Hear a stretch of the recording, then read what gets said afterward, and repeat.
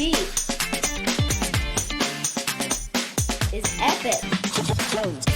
Welcome to this Epic Life podcast, where we explore the connection between building a conscious life and building a conscious team or a conscious business. We also break down 3 powerful permissions with our guests. Permission to chill, to find that stillness and that inner wisdom inside of you. Permission to feel all the feels, or to embrace our full humanity. And finally, and perhaps my favorite this week, permission to glow in the dark. That's exactly as awesome as it sounds. I will be your host. My name is Christopher Carter. My friends call me KC. I'm a coach for founders and executives and meditation teacher for organizations. Let's meet this week's guest. Today's guest reminds me what's possible when we surrender to our path. That's not to say the guy doesn't have an incredible work ethic, but as you'll hear, there's an immense power and grace to embracing who we've always known ourselves to be. For most of us, it's easy to ignore or drown out that little voice that reminds us who we really are. Not today's guest. I'm blown away by his consistency, his passion, and his commitment to not only walk his path, but to also train other teachers to find their own. Lodro Rinzler is a Buddhist meditation practitioner and teacher. He took refuge in the Buddhist tradition around the age of 6 and considered monastic vows as a teenager before choosing to stick it out in our noisy world as a teacher. After leaving college, he was recruited to lead one of Boston's largest meditation centers. Around this time, he began teaching numerous workshops throughout the United States, and to date has taught meditation at locations as diverse as Google, Harvard, and the Obama White House. In 2015, he founded Mindful, spelled capital MNDFL, which is New York City's premier drop-in meditation studio. Over the last couple years, Mindful has expanded into 3 studios, an online portal of teachings, and a nonprofit arm which brings meditation into the education system. It has recently been named the best place to meditate by New York Magazine.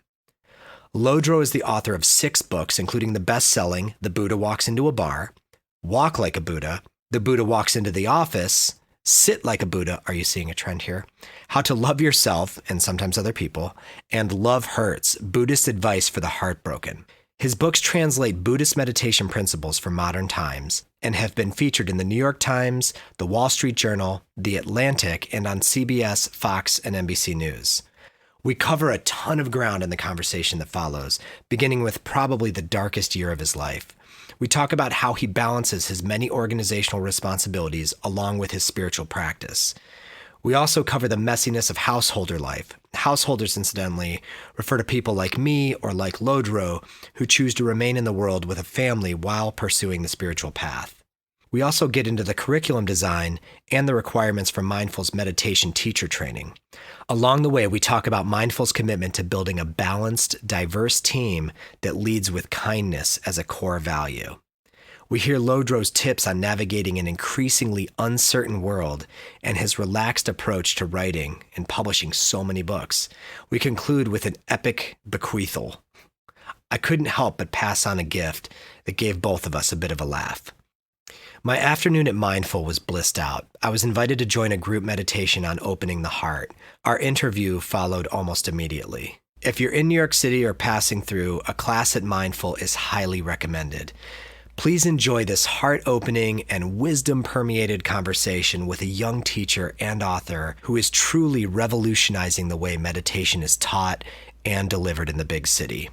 This Epic Life podcast presents Lodro Rinzler. It's kind of a mouthful. Mr. Lodro Rinzler, thank you so much for joining me today. My absolute pleasure. It's great to be here. Who do we have to thank for such an epic name as Lodro Rinzler? What are its origins? Okay, so there is an actual story to this. So when I was 6 years old, my parents raised me in a Buddhist tradition. There was this visiting teacher, Zigor Kongtrul Rinpoche, who's a Tibetan Buddhist Lama, very well respected, well loved. And he was traveling through, and there were a couple kids who said, I want to become a Buddhist. And it's not that, yes, I was born into a Buddhist family, but there's an actual ceremony in many Tibetan Buddhist traditions that say you take refuge. Right. And that's when you become Buddhist. And you, in the Tibetan Buddhist tradition, you get a name. So, even though I was 6, I was like, I want to do it. And my parents were like, you don't know what that means. I was like, it means that I think the Buddha is a good example and I want to study those teachings.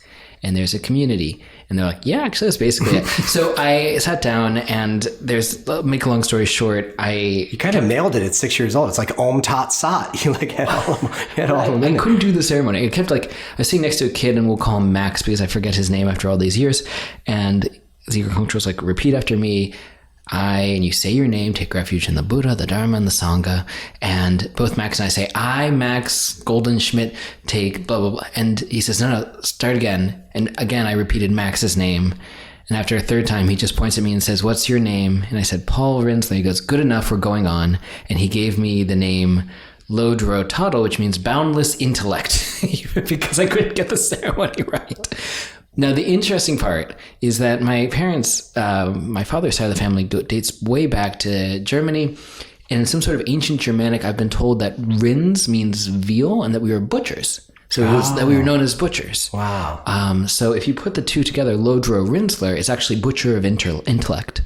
Butcher of intellect. Yeah. So that's me in a nutshell. Yes.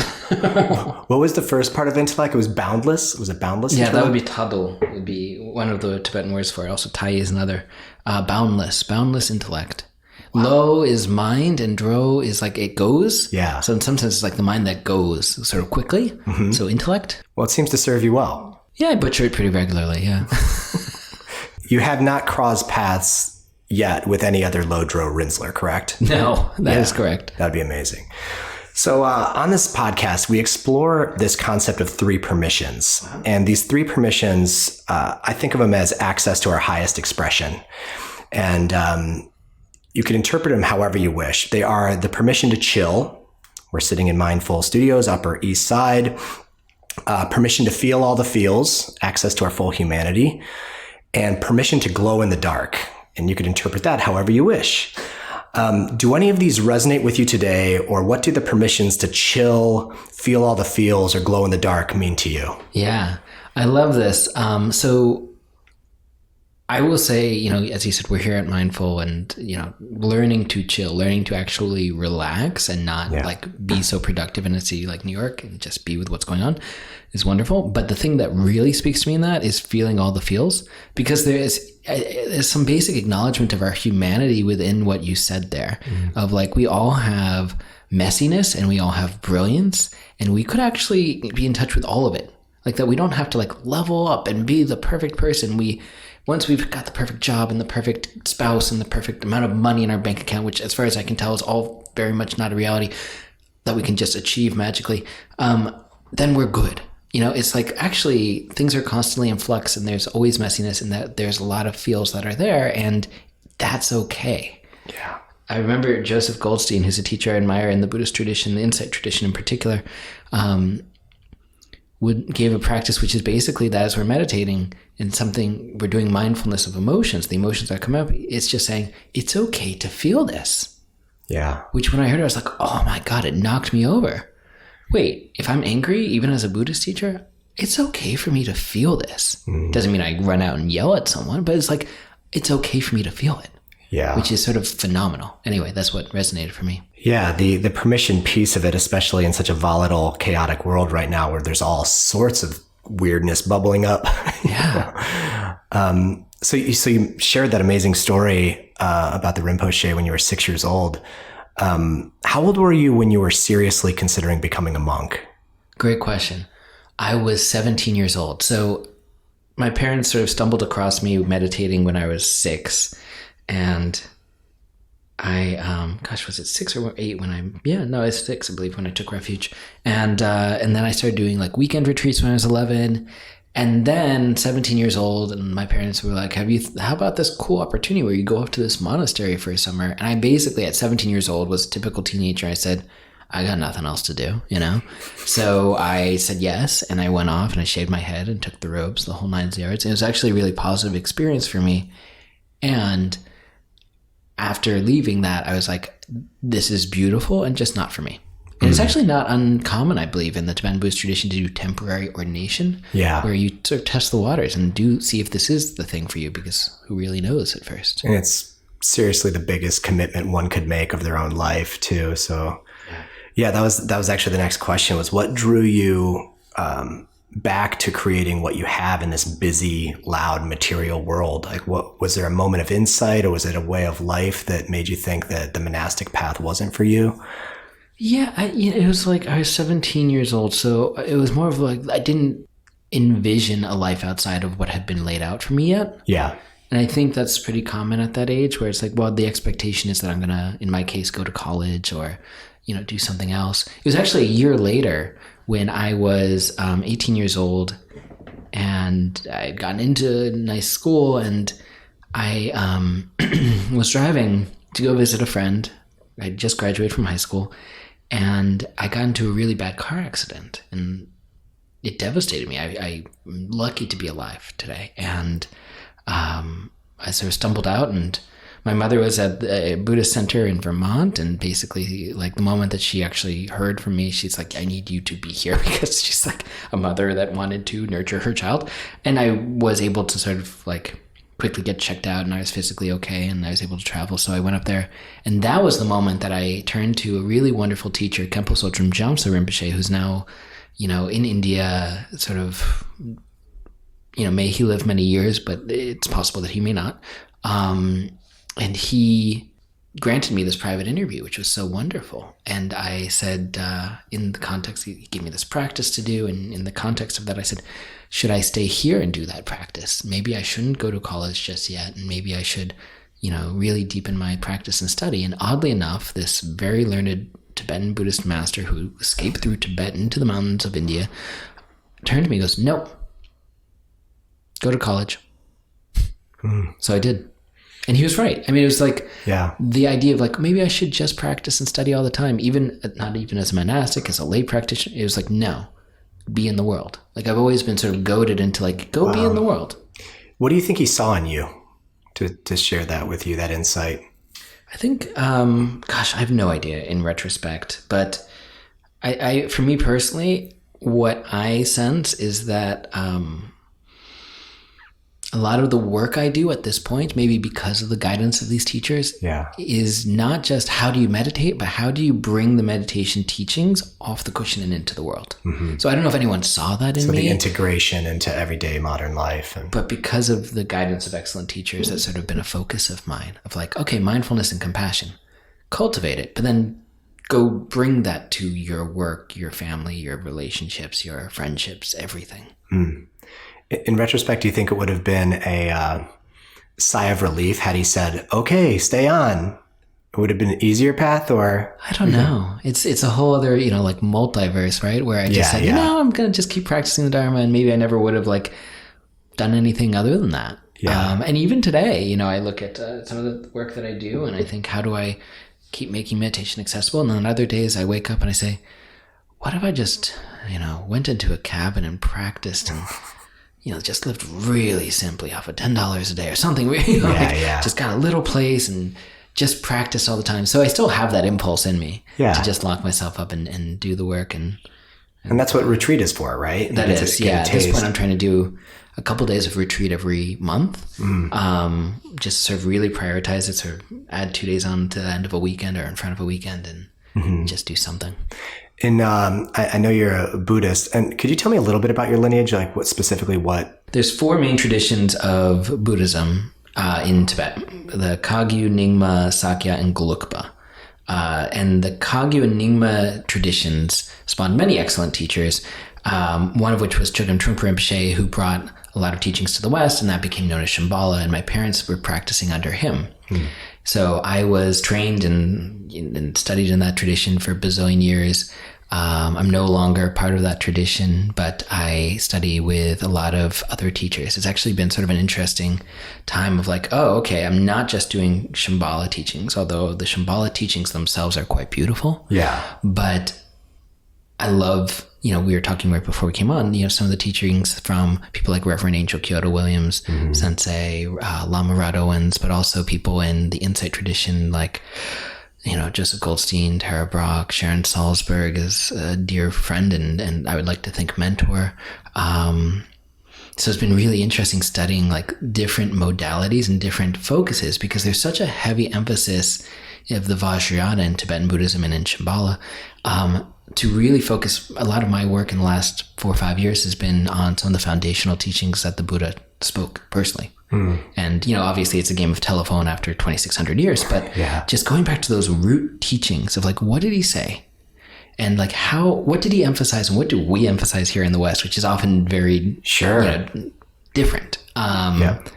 So it's been a fun exploration the last few years. And do you find that part of your role and part of your work's role is to kind of reinterpret, articulate for a new modern age, those original teachings? That's kind of a big piece of it, correct? Yeah, absolutely. And, it's part of the Kagyu tradition. There's a teacher known as Marpa the translator who was a horrible drunk and not very nice to people, but brought all these teachings back from India and is just like revered for his ability to like say, hey, actually this is what this means, and this not just translating, but also like what this means in this culture, and his ability to propagate those teachings. And I think about it, I was like, how can we do more of that? Not just me, Lodro Rinzler, but like how can so many of us who are trying to teach meditation make these things really accessible, not dumb down or dilute the original teachings, but make them relevant to what we're currently going through in a really sort of messed up, messy environment, as you said. Have you ever tripped over in your path? Have you tripped over the book Autobiography of a Yogi? I have. Paramahansa Yogananda. Yeah, I'm not too familiar with it though. Yeah, so there's a couple points in it that they're just remarkably similar to your path, where when Yogananda finally meets his guru, it was a lifelong search up until the age of 17, meets his guru, and his guru said, I'm so happy to see you. You were prophesized you would come to me, and I need you to stay and finish school. And Yogananda was totally dejected. He was ready to move into the ashram and, become a renunciant. And it was because he was going to bring this yogic science to the West and needed that level of training. But later, there's another story about another guru, Mahavatar Babaji, who when he met his disciple Lahiri Mahasaya, he was a householder. He was kind of the first modern householder. And I think of you as, I realize you're married, correct? So you're essentially on the householder path, as am I, in the yogic tradition. But what Babaji said to Lahiri Mahasaya was, not of this world, you must yet be in it. And it was kind of this I interpret it as just a fantastic invitation to have one foot in each. And some days it's extremely challenging because we would just love to go into the cave or whatever. How do you think about the householder path, or how do you navigate that path? Yeah, it's funny. Even as we've been talking, I thought, oh gosh, I shouldn't have told everyone that I do try and do 4 days of retreat, because you're a father of 3 children. Yeah. I'm not yet a father. Maybe I will be someday. Who knows? But it's like, what a beautiful privilege. And I take it 0% for granted that I can do that. Yeah. Because I wouldn't necessarily be able to do that if I had children at this point. And, if my wife wasn't very understanding like moving into our office meditation space and like doing it.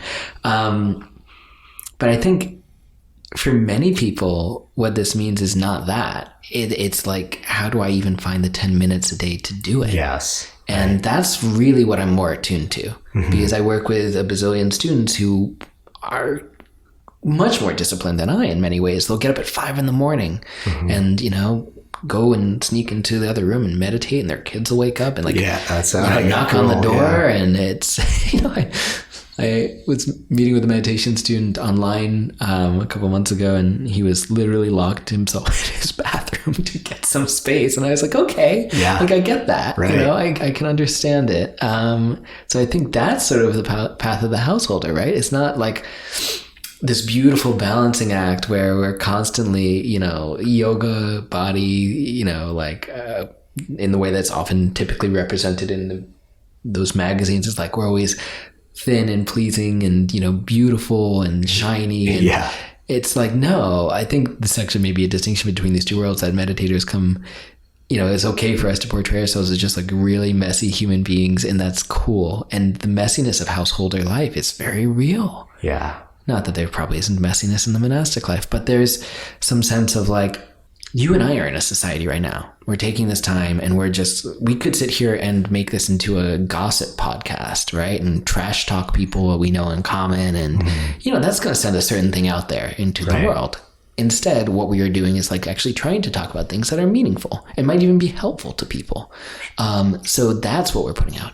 So in this way, we are actually having a much wider influence. And then you go and you have meetings later today, and I've got some students. And if we just sat here trash talking people, we would probably bring that energy into those interactions and affect those people. And it goes out and out and out. So I think of like my household, my friends, when I go away with friends or something like that, that's a society that we are co-creating. Right? What values do we share? What are we trying to do here? And to actually reframe that for me, that my household is a little society that has these animals and this wife, and there's sometimes friends involved and things like that, people staying with us. How do we bring the meditation principles into that? How do we say, okay, when I come home and my wife says, how was your day? I don't just slough off everything and complain, but I'm actually there. Like I actually, as you said, feel all the feels. I actually take the time to think about what that actually means. I respond thoughtfully. I listen when she's talking instead of just going about what I need to do next. Like there's certain principles that could come into the household society. Yeah. And that's going to create a culture. So the practice essentially never ends. Yeah. And if we're aware. One of the things I noticed, and to prepare you, spoiler alert for when you have children, one of the challenges is, one of the many challenges, they are in many ways more woke than we are. And we've done all this work, or we try to do this work. And so they're the perfect mirrors for all of your glitches, the stuff you get growing up. And sometimes being properly meditated makes you just more aware of how bad you're blowing it, or just, more just, wow, I'm still reaching for that anger thing, or still reaching for that, but it is truly an act. And this is true in any relationships, I think. I mean, I know you have how many people are on your teams here around the 3 different locations? I mean, yeah, we've got, I believe 42 different meditation teachers now between the 3 locations, and, staff of, including front desk staff who are part-time, maybe 15 other people. So it's actually, like the operation side is actually not giant, but it's something. So that's its own culture, society 100%. That you're cultivating. Brian was so nice, the front desk guy here in the Upper East Side. He kind of let me set up prior to this, and I asked him if working in a meditation studio is anything like a coffee shop. Can you overdo it on the free product? Can you get overly meditated? And he thought, he gave it a good thought for a second. He's like, no, I've worked in a lot of coffee shops, and it's way easier to over caffeinate. He's like, it's a better drug. That's what he said. Yeah. I thought it was pretty clever. And I'll tell you this, it's like people ask, what do you look for in teachers, or what do you look for in staff? And the number one thing we look for is that people are actually kind. Yeah. It seems like sort of maybe naive or cheeky to say something like that, but like Brian's just a kind human being. Yes, yeah. Like when we first met, a lot of our staff came in as participants in our classes. They joined the community, and then they heard of an opening and they joined. And not so much the teachers. The teachers have come from all over, but someone like Brian walked in and we're like, this guy is great. It's just such a sweet human. So we're very lucky in that, but also like that's something we look for. Yeah. I was going to ask how you attract the right people. So when you think about meditation as a tool to kind of manage uncertainty, and you're an entrepreneur, you're an author, you're a creator, you created a lot of different levels. I'm sure uncertainty is kind of just part of the mix. What have been some of your most either uncertain moments in building this body of work? Because you're a young guy, and you're on your 6 books so far, and 3 locations in New York City building these sanctuaries. I mean, what have been the most uncertain moments of that? It's so sweet of you to call me young. Back when my first book came out, some newspaper in Boston called me the cool kids Buddhist, and then like my publisher latched onto that and put it everywhere. And anytime that's how I would speak, they're like the cool kids Buddhist, you know. And now I'm like, I feel like I've finally outgrown that at the age of 36. I don't think I get to claim you transcended the kid title. Yeah, you know, the like somewhat acceptable middle-aged guy Buddhist. So there have been many moments of uncertainty, of course. And of course, I have a dear friend, Dev Aushla, who does many things himself, but also one of them is writes these beautiful books, and his most recent was 50 Ways to Get a Job, which is a great little manual. And within it, he talks about the nonlinear career path, which I love, which people, when you talk to people, I'm sure they're like, well, I did this, and then that led to that, and that led to this. And it just feels like, wow, if only my life was like that. Yeah. And I've had a very nonlinear career path myself. So I would be very honest, you know, like I worked for Shambhala until 2012, and like they just ran out of money and fired me very sort of serendipitously, and that would have probably been the best moment for me to have gone sort of like, what is going on with this community? But it took me a couple of years after, not to bash them, but you know, there was this moment of real uncertainty where it's okay, I don't have a job. And it was at that moment where I'd been with someone for a number of years, and we were engaged to be married, and she woke up and was like, actually, I think I want to move to London, and I think I want to do that on my own. And it was deeply heartbreaking, as you can imagine. Yeah. And then the biggest of these heartbreaks was actually that one of my best friends, Alex, passed away at the age of 29 from heart failure, which is just what they say when like your heart just stops working for no reason. There wasn't a particular way more questions than answers. Yeah. Yeah. So I was just thrown for a tailspin. And I mean, when we talk about, okay, I'm a Buddhist teacher and, you know, everything's, you know, I can deal with uncertainty, like that level of not just uncertainty, but heartbreak just devastated me for about a year. I mean, really, it's like I was laid out. So this was around 2012 to 2013. Yeah. And during that time, gosh, I always, you know, wary about talking about politics on these sorts of things, but the story goes, my friend Alex was working for the Obama campaign, and I gave a eulogy, and his friends from the campaign sort of latched onto me and said, you look directionless, why don't you move to Ohio and go become a community organizer for Barack Obama? And I said, okay. Where in Ohio? Columbus. Oh, well, cool. Yeah, I live in Akron. Yeah. Okay. So I was on the west side of Columbus, and it was a really good place for me to channel my energy and do something that I personally felt was meaningful. And, you know, anyone who hated that president, that's okay. It was a magical time. My people will look back very fondly at those years. Yes. Yeah. For me, it was a magical time as well. And I then came back and started something called the Institute for Compassionate Leadership. But the uncertainty aspect was like, oh my gosh, what if I don't know what I'm doing with my career whatsoever. And then it became the meditation stuff I really love. The community organizing stuff is really powerful as well. And there's all these people out there who are young, and they don't know necessarily, they don't have the confidence of like, I'm going to go out there and do something, or the clarity of what they even want to do. So we founded something called the Institute for Compassionate Leadership, which is a nonprofit organization that, you know, we ran for a number of years. We had a 6-month program here and brought in a bunch of students to actually learn those different skills, sort of like MBA skills, meditation skills, community organizing skills that really all sort of fit nicely together. And then we loaded all of that online. So it's all free and accessible to everyone at this point. But that was like, okay, leap number one was probably like my first book coming out, me not knowing what I'm doing, losing my job, and just saying, well, I have no clue what I'm doing whatsoever. And then out of this very tumultuous time in my life, starting a business that I was like, well, I know I want to help people. Like that's the bottom line. And these various tools that I've learned could help. And that eventually led to my co-founder, Ellie Burrows, finding me. She was volunteering for the Institute for Compassionate Leadership, and we were having tea, and we got to talking about meditation and the obstacles to getting into meditation. And that led to this place, Mindful. We have 3 meditation studios around New York, as well as an online channel, and, you know, a nonprofit arm that brings meditation to underserved communities, and also like a corporate arm that brings meditation into different companies and all sorts of things. But that all came out of this like just period of uncertainty Yeah. And then you open the doors to a place like this. And I'll tell you, the first time we opened one of our studios, the landlord was like, I don't understand what happens here. So people come in, they like give you money and they sit here breathing. Like it was the most absurd. And then like that got in my head. I was like, oh my God, you're right. Wait to sign a 5-year lease, or 10-year lease. There's always been uncertainty in these different moments. Yeah. My whole career has been a training in like, okay, now what? And it's not solid now. Like it's still like, now what? I think it's all in motion. It's all in motion. What I hear from your kind of from the kind of reckoning. So I'm an ontological coach. So we're looking at the kind of the study of being, and we think of the comfort zone where all the familiar, predictable, default stuff happens.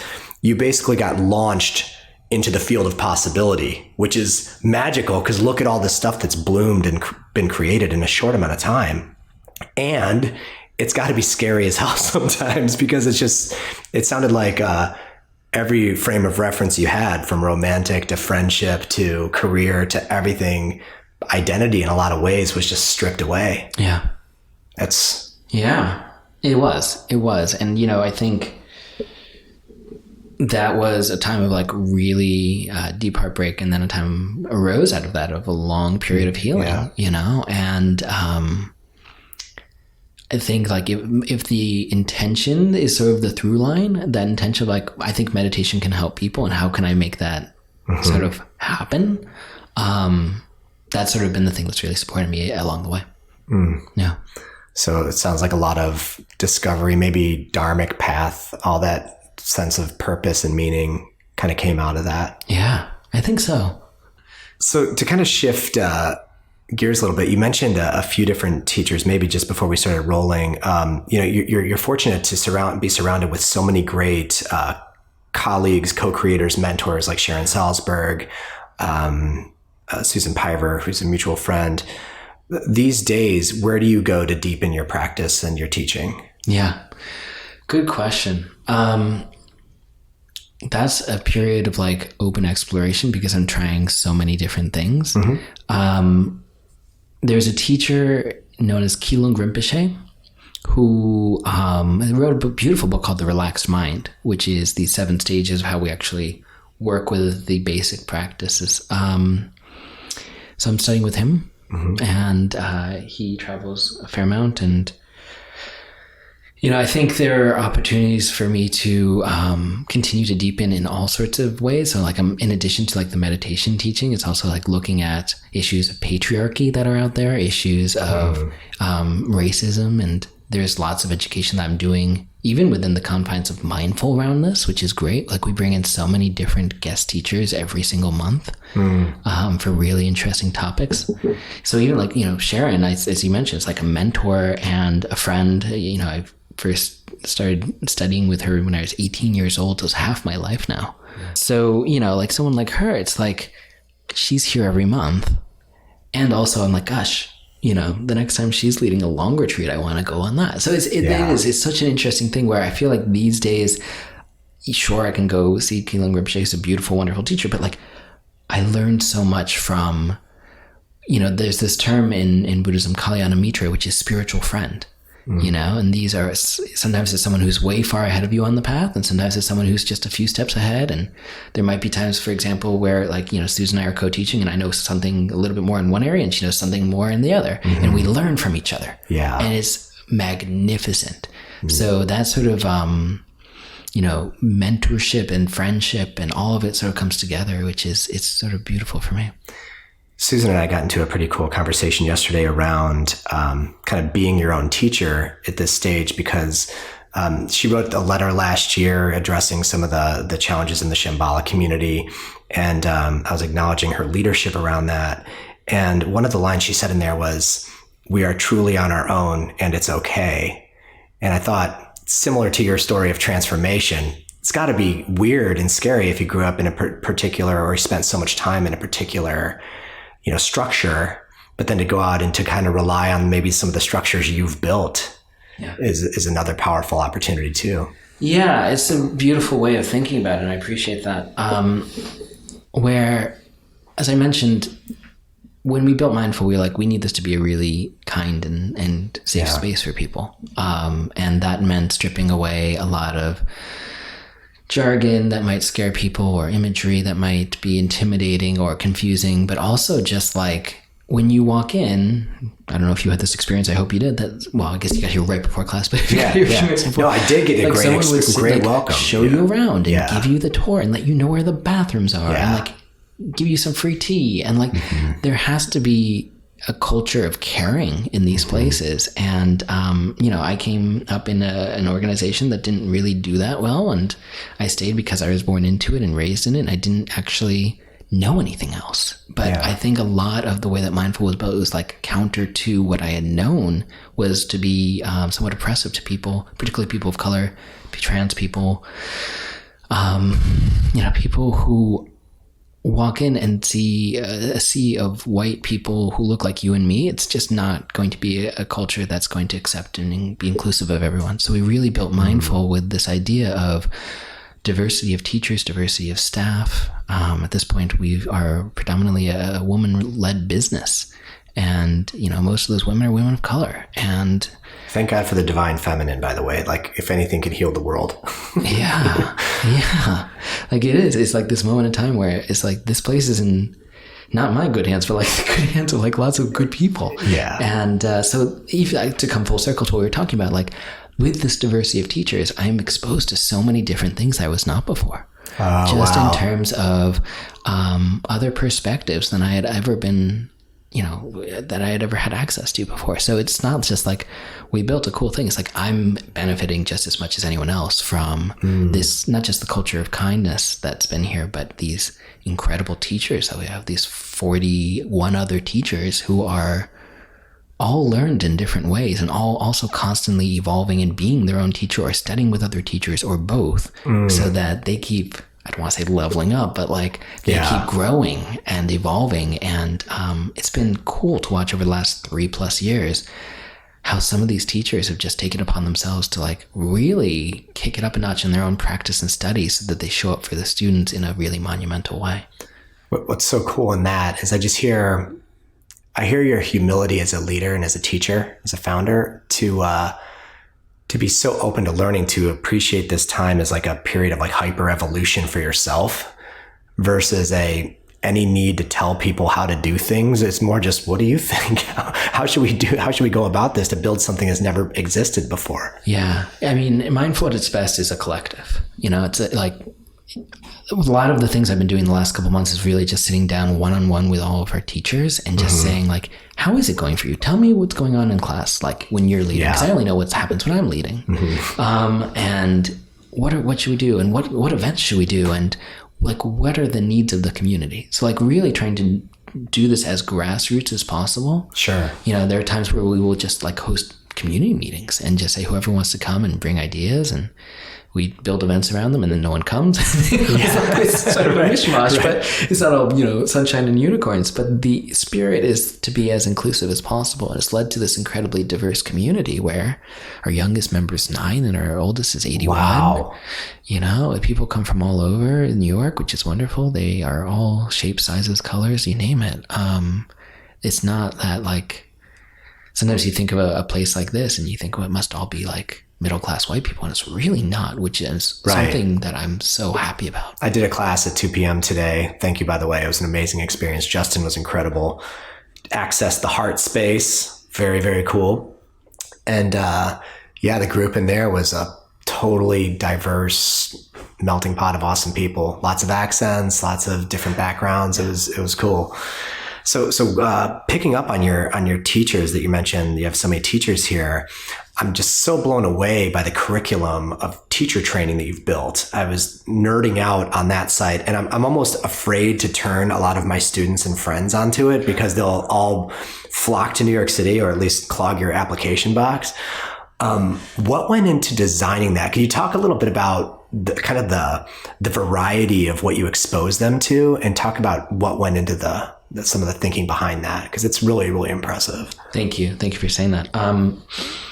Like most things at Mindful, the teacher training arose because people asked for it. Mm-hmm. It was not something that we opened. We're like, we should run teacher trainings. Like, it wasn't even a thought. But we had people who had a lot of experience and loved this environment and didn't want to necessarily do a training in like a Buddhist lineage or a Vedic tradition or something like that. They wanted to do, it's not even secular, I'd say like pan lineage. Right. That's what's so impressive about it. It goes from Jewish to yoga to it covers literally every base I could think of. Yeah. So, because we've got all these teachers, as you said, the first 10 weeks out of the 20 of them, it's 5 months long, is sort of around the world of like, what are the different meditation traditions? And there's a heavy emphasis of Buddhism, but when I came up, I didn't even realize what the Theravadan tradition really meant versus the Zen traditions and how many different types of Zen there were and all of that. So it's like actually unpacking some of those things, Tibetan Buddhism, and then into like, what is mindfulness-based stress reduction? And then what is Vedic meditation? What's the difference between Vedic meditation and transcendental meditation? So really distinguishing every path so they have a full, well-rounded picture. Exactly. And as you said, Jewish mindfulness instruction and also, Christian mysticism. And there's so many aspects to it. Alongside these weekend retreats that are saying, okay, like let's do deep practice on mindfulness of the breath. Let's do deep practice around and study around the foundational teachings of the Buddha. Let's actually look at the lens of teacher. And this is a really challenging weekend where we look in like our own power and positionality. Let's look at loving kindness practice. Let's look at what it means to actually authentically be out there as meditation teachers. And the second half of those Tuesdays is what we call the teaching laboratory, where people are in small groups and they're actually practicing teaching. They're still receiving teachings from us, but they have an opportunity to give voice to what it means to leave either mindfulness or loving kindness instruction and get feedback from peers, get feedback from the leader of the group and all of it. So it's a very robust program. We've run it 4 times now. We have 100 graduates. Wow. It's awesome. And we took a handful, about 12 people through what we call the advanced teacher training recently, which was really fun, where it's like, okay, you've been teaching mindfulness and loving kindness for a while. These are sort of concentration and contemplation practices. Here's some of the other practices that are out there so that you can actually learn how to do those and start to develop those skills as well. So it's been a really beautiful thing to do. And it's always interesting. If anyone is interested in these things, I'm sure we can give my contact information and I'm happy to answer questions for people. Yeah, I'll definitely have it in the show notes. It's possible for people to come to New York and do such a thing. Yeah, definitely. So a couple questions. What are some of the qualities? First of all, it's got to be really gratifying to see how the teachings are kind of taking root and creating the next generation of teachers out there. So it is having that kind of meta impact. But what are some of the qualities you've identified with an aspiring meditation teacher that might make an exceptional meditation teacher down the road? Anything come to mind? Like, what do you look for? I'm really kicking the dead horse here, but you already know what I'm going to say. It's kindness. Like, it's like, when someone comes in, kindness is almost like a sense of earnestness and humility, where there's so many people that are just like, oh my God, I don't even think I could teach, but I love the idea of this program. And you can tell that their heart is so beautiful and open and they want to do it. And those are like, you know what? You can do this program and not teach if you don't want. Maybe you should just do it. Like, people who have, a large amount of meditation experience in their background. But this last group we had was phenomenal. It was 26 people. Half of them were people of color. And they just meshed in this beautiful way. Like we have these discussion groups. One of the discussion groups named themselves just Hearts on Sticks. And they're just like these exposed hearts. And I was like, that's sort of, what we're looking for is sort of like that level of like people who are just like loving and they just want to like, they love these practices and it would be such an honor to, that's sort of how I feel still. Just after reverence. 18 years or whatever it is of practicing and teaching, gift. Like, what a gift to actually be able to offer meditation instruction to anyone. And they feel that way. And it's sort of beautiful that we all are in that same boat. Have you discovered as, it wasn't part of the initial offering, but as it got created organically, do you have more of a sense of urgency around training good teachers, or is it just kind of, you're just letting it develop? I'll say this, many years ago, I made a personal commitment that I would not co-teach alongside another white man. Just because there's so many, and it's less so now, but, particularly back then, just a lot of white people, particularly men who are cast in that role of teacher. And it really ruffled a lot of feathers, and I got disinvited from a lot of things because they're like, sort of, screw you. That's who's teaching, just deal with it. And then I read something somewhere that Jack Kornfield apparently vowed not to give talks where he didn't mention systemic racism. And I was like, okay, I feel less alone in these sorts of things. This was again years ago. And it's like, okay, there has to be, it's not that I feel urgency about like getting meditation teachers out there. I was like, it's actually just lifting up voices who are not normally encouraged to be the voices in the front of the room. And, when we built Mindful, we were like, if I was a person of color and I walked in and it was an all white faculty, I would never come back in. There's just not a place of leadership for me here. And that's not the case with us. It's thankfully a diverse faculty and diverse community and all of it. But for me, I think the most important thing is I feel very strongly like lift up and support in whatever ways are possible people of color and women who would like to have their voice heard in these roles.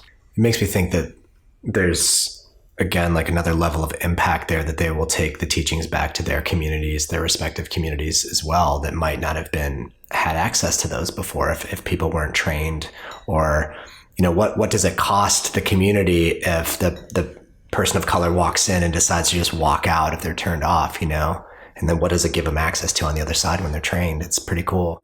Do you ever have a challenge, or how do you handle it, I should say, when somebody says, okay, I've been meditating for a while, I'm ready for a spiritual path, I want to pick a capital T teacher or guru or, spiritual path. How do you guys navigate that?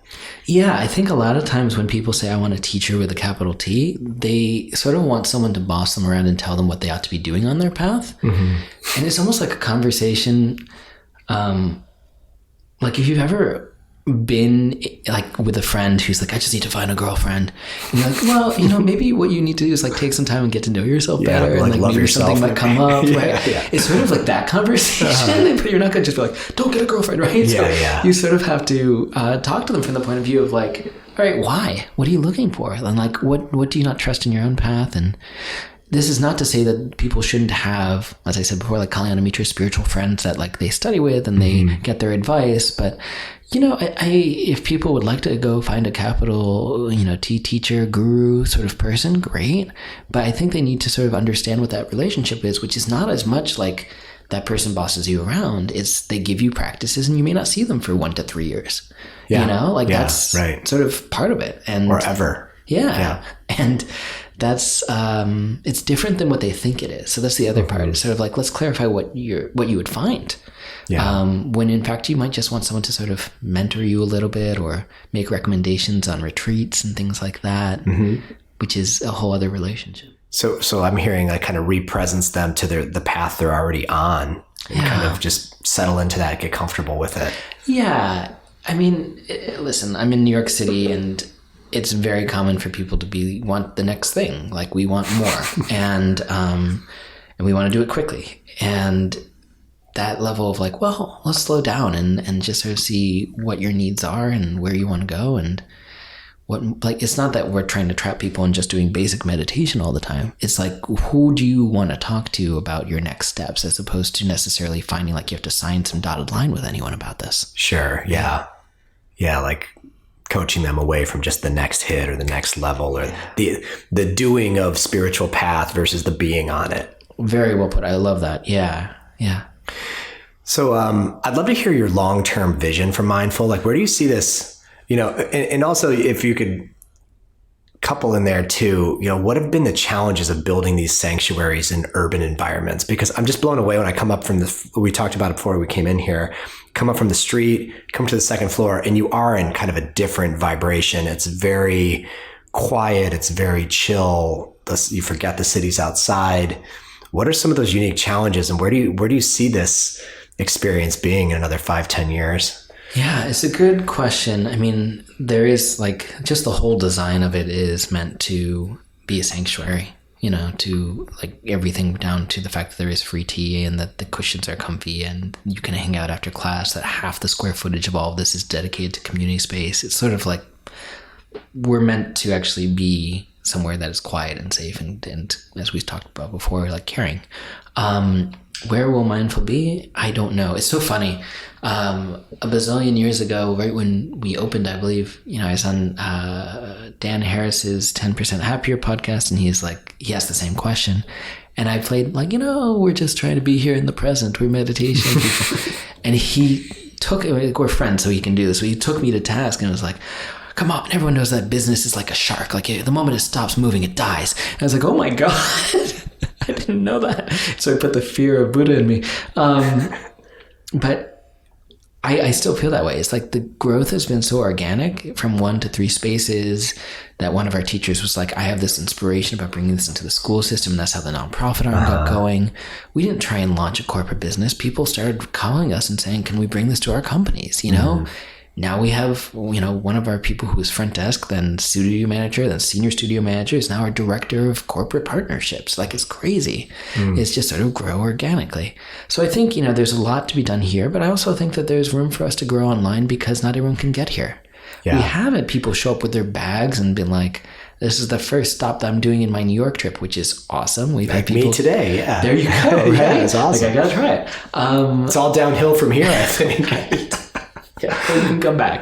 That's the nice thing. We're here for you all whole week. I'm just curious to see where the community wants us and what the requests coming in are. Yeah. Because there isn't some then we, huge strategy. 20 studios next year. That's not currently what we're talking about. We're just sort of okay, what does the community need? How do we grow this in the most organic and meaningful way so that it doesn't become some sort of cart before the horse, right? We don't want that. Gosh, it's so refreshing. And I truly feel that in this space because I come from a startup world where everything was strategic, marathon of sprints, growth. And I'm wondering if Susan Piver has anything to do with your corporate development strategy because she's the ultimate doer of nothing and amazing things happen. She's so I call her the teacher of being, doer of nothing, but your kind of lack of strategy is the strategy. Yeah. Let's be a great studio. Let's be a great, safe place for people to hang. Yeah. That's the most intelligent growth strategy. Well, thank you. I appreciate that. Because when people ask, I always feel well, let me give you our 10-year plan. And it's different than that. It's where we are now is shocking and wonderful to me. Yeah. And where we'll be next year, I'm sure I can't even really predict. That's exciting. And there has to be so many things that are happening right now that you listed off that are just complete shockers. You would have never seen them on a roadmap, but they've just bloomed. Yeah. Almost despite you. Yeah. Right. All right. So as we come full circle here, I like to play this game called Isms, and I insert cleverly the person I'm talking to. So these are going to be Lodro-isms. Okay. You're set up to win. There's no way you can fail. So all I need is one insight that you would offer an aspiring, and we're going to go through 4 different roles. So think of what is one insight or reflection you would offer an aspiring student of meditation? My insight would be to be patient because it takes much longer than we would ever think it does to actually see any benefit from this thing, but it is life-changing. What insight would you offer an aspiring writer? I'm always so careful about these things because I am, my wife calls me a mutant, that I don't really have the process. I don't write every day. My advice would probably be the old Raymond Chandler advice of vomit onto the typewriter every morning, clean it up every afternoon. So it's not even mine, it's a Chandlerism. But I think there's something to it of just letting yourself flow because not everyone has to see your work. You can just let it be there in the same way of feeling all the feels. And then if you ever want to make it presentable, that's secondary. Justin, your meditation teacher that I learned from today, we were talking about your writing process because you do have a reputation as kind of a, did she mean mutant as in you're so insanely, just a lot of stuff shows up? Yeah. Right. So Susan has the same thing about you. Susan Piper's this guy decides to write a book and 2 weeks later he's finished it. And she's like, what?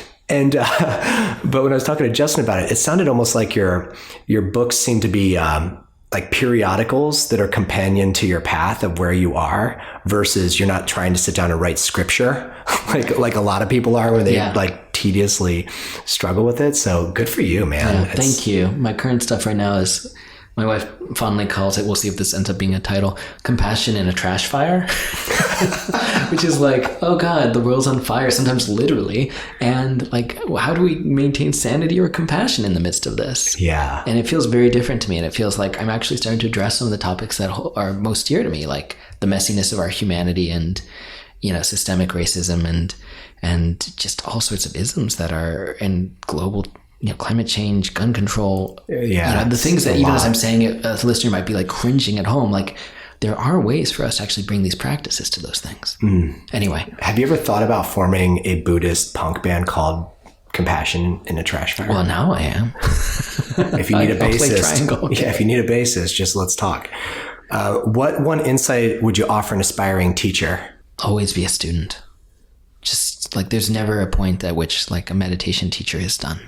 Yeah. I feel like I do a training, like some sort of teacher training of some sort if not every year, every other year.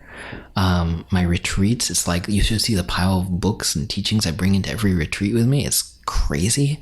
Like I'm so hungry to learn because that's the only way that I'll continue to be an okay or relevant teacher.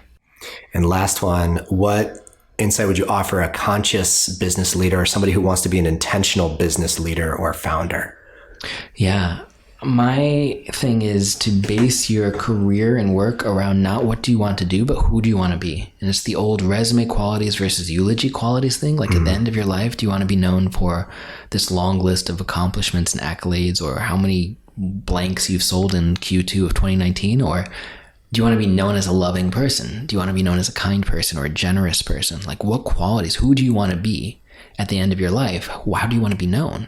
And to actually make that the center of the work, and then the specifics of what that work is follow in many, many different ways. So you just alluded to this, but what is your process for navigating the increasingly disturbing, chaotic times? Like how do we make sense of the darkness? How do we be with it? What's your process? Yeah, a lot of my process is that of acknowledging humanity. Like the basic humanity of the people I like, and really enjoying them and encouraging them. And every Tuesday? Yes, every Tuesday morning I have it on my calendar that I write to 5 friends and tell them how much they mean to me just so that they feel like loved and supported. Oh, wow, that's an awesome practice. The people I don't know, like actually really consciously showing up for and acknowledging the humanity of everyone from like the person at the coffee shop to the people on the train with you, actually trying to do that to the best of one's ability. And then the people that we villainize or don't like, even those people that I like in my mind right now, I'm like, I cannot believe you. Right. Also, you're a messy human. And like, that's the thing that I should look at. Not just that you're a villain, but like you are confused or in pain. And it's also hard being you. Yeah. Yeah. And like, I've known confusion. I've known pain. I've caused harm. Like I know these things. And it makes it more human. So for me, it feels like to basically try and reach out to the people we like, people we don't know, people we don't like, and just try to acknowledge their humanity to the best of our ability, because we're all in it together. Not to be too cheesy about that, but it's true. I definitely want to challenge people to put the Tuesday reminder in to do that acknowledgement thing. If I could add a little tweak to it that you might find powerful. Please. So from ontological coaching, where we practice acknowledgement as a tool, and acknowledgement when used from essence, from like the qualities people bring into a room, is just remarkable. So it's we acknowledge from stuff they did or who they are, how they show up, that sort of thing. But you bring light, you bring joy, you bring wisdom, you bring power. You could just feel the blooming of the spirit when that acknowledgement happens. But it's something that I'm going to have to systematize it, I think, because like you said, if you don't keep up with those 5 people, time just makes everybody drift, Yeah. It's awesome. So as we come full circle, just 2 more questions. Was there any single quote or piece of wisdom earlier on your path that you still think of or practice? Like something that you either heard from a teacher or just like a simple... Good question. I mean, it's sort of coming full circle back to the like dealing with uncertainty. The Tibetan Buddhist teacher Chogyam Trungpa Rinpoche once said, the bad news is that you're falling through the sky without a parachute. And the good news is that there's no ground. So it's like the uncertainty can be uncertainty in and of itself, which I love. Like that's just a thing that happens in life, uncertainty. Yeah. It's great. So to finish up here, we're going to have a quick little ceremony. We have the mutual friend we've mentioned, Susan Piver, who I interviewed yesterday. I warned her I'd be giving you something. Okay. And is bequeathal a word? You're a writer. To bequeath something, yeah. It's a bequeathal? Would this be your first bequeathal of the day? Or it definitely will. It will be? All right, can you hold on 1 second? Yeah. All right, hold on. Just chill. I'm going to have a minute. I just feel like every friend of Susan Piver should have this shirt. This is absolutely amazing. Yeah, so just describe to the listeners what it says. First of all, I'm just going to imagine and describe my face, which is just sheer, utter amazement. Maybe like somewhere between aghast and delighted. So the shirts it's this beautiful, it looks like this is a jade green cotton, American Apparel poly cotton blend. I mean, I'm a hipster too, believe it or not, for an older guy. And it says, trying to impress Susan Piver. And I was telling my wife, I was like, I knew he had this shirt. I can only dream that I would walk away with a trying to impress Susan Piver shirt. And she knows that this is coming to me. Yeah. Terrific. Yeah. I told her that if all goes as planned, it will turn up almost as like a seasonal calendar of men wearing it around New York City. We should absolutely do a calendar. Yeah. Does Jonathan Field have one? Not yet. Okay. Not yet. But we can get him one. We'll make a list. And you have nothing to worry about. That one is well worn, but my wife Gail was kind enough to wash it thoroughly. So am I taking your only one? I've dreamed of this moment. Okay. I will accept it. It is very generous of you. Truthfully, I was just looking for a vehicle to use the word bequeathal. I see. That makes sense. Yeah. I will. Now I have to find a way to use it. Not the shirt. I will obviously wear the shirt, but. Do you commit to taking periodic selfies in it and randomly texting them to her? I do. Okay, then it's yours. Thank you for this amazing ceremony. All right. Well, seriously, thank you so much for your time and your wisdom. And just as a fellow meditation teacher, thank you so much for all the work you do, for normalizing the practice and showing all the potential of opening these studios and just all the people you touch. It's really incredible. Thank you so much. I really appreciate that. And thanks to all of you for spending time with us. To learn more about anything we discussed today, please head on over to thisepiclife.com for all show notes. We'd really appreciate a review on iTunes, and your feedback is always helpful, so please pop on over to iTunes and leave a review. And also, please get in touch. My email is kc@thisepiclife.com. You could also find us on Facebook and Twitter at This Epic Life.